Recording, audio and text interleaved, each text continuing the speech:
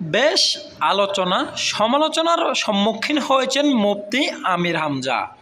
একদিকে নির্বাচনী প্রচারণা আর অন্যদিকে বিশ্বসুন্দরী রাশমিকাকে নিয়ে কথা বলায় বেশ আলোচনা সমালোচনার মুখে পড়েছেন মুফতি আমির হামজা।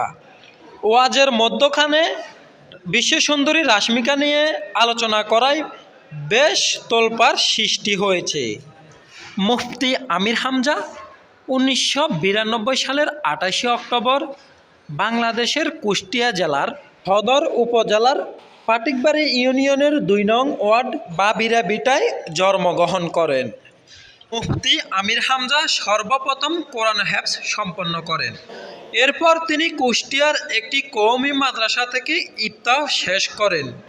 এজন্যই তাকে মুফতি উপাধি দেওয়া হয়।